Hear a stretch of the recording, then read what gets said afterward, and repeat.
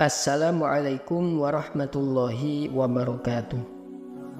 Dalam tafsir At-Tabari dikisahkan, pada masa Rasulullah ada seorang laki-laki yang bernama Tha'labah yang zakatnya ditolak oleh Rasulullah Shallallahu Alaihi Wasallam.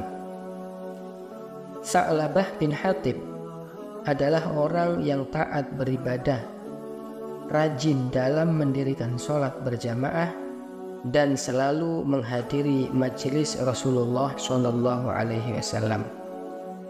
Tha'labah adalah orang yang memiliki kehidupan yang miskin dan susah.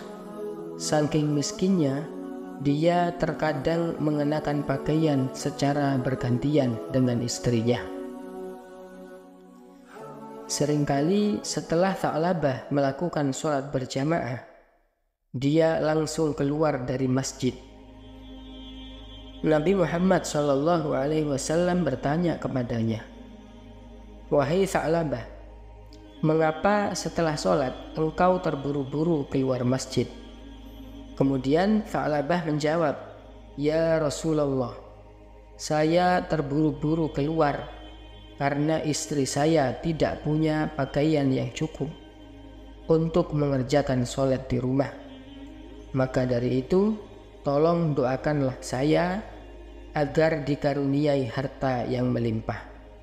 Rasulullah Shallallahu Alaihi Wasallam menjawab, "Jangan Tha'labah, harta yang sedikit yang disyukuri itu lebih baik daripada harta yang banyak yang akhirnya membuatmu terjerumus." Kemudian ia pulang. Lalu besoknya dia mendatangi Rasulullah lagi. "Ya Rasulullah, doakan saya, mintakan saya kepada Allah agar saya punya harta yang banyak." Rasulullah pun menjawab, "Jangan Tha'labah, itu tidak baik untukmu. Cukuplah aku sebagai suri tauladan bagimu.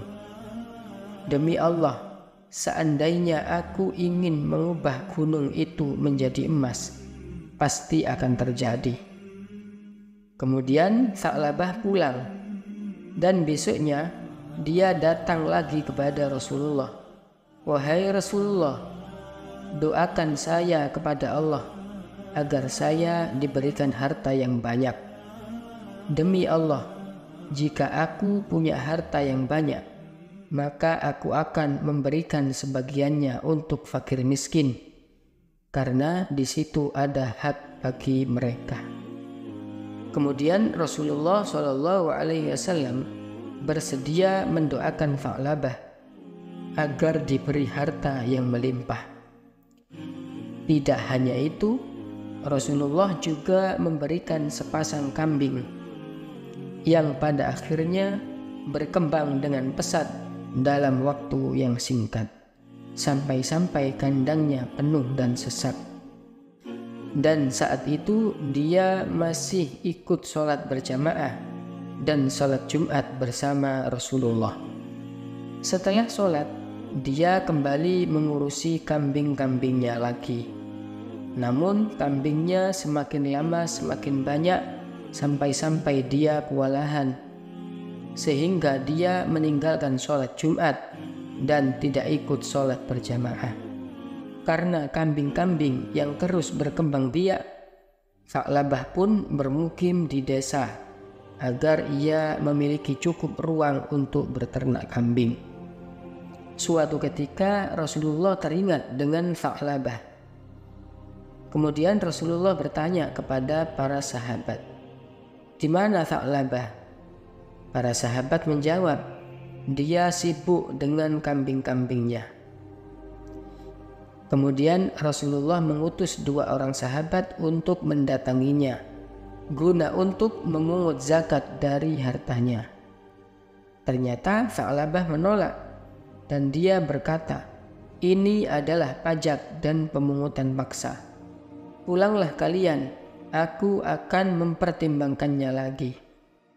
Lalu ada seorang laki-laki yang mengabarkan kepada Tha'labah tentang surat At-Taubah ayat 75-76. Dan di antara mereka ada orang yang telah berikrar kepada Allah, sesungguhnya jika Allah memberikan sebagian karunia-Nya kepada kami, pastilah kami akan bersedekah, dan pastilah kami termasuk orang-orang yang soleh. Maka setelah Allah memberikan kepada mereka sebagian karunia-Nya, mereka kikir dengan karunia itu dan berpaling. Dan mereka memanglah orang-orang yang selalu membelakangi kebenaran.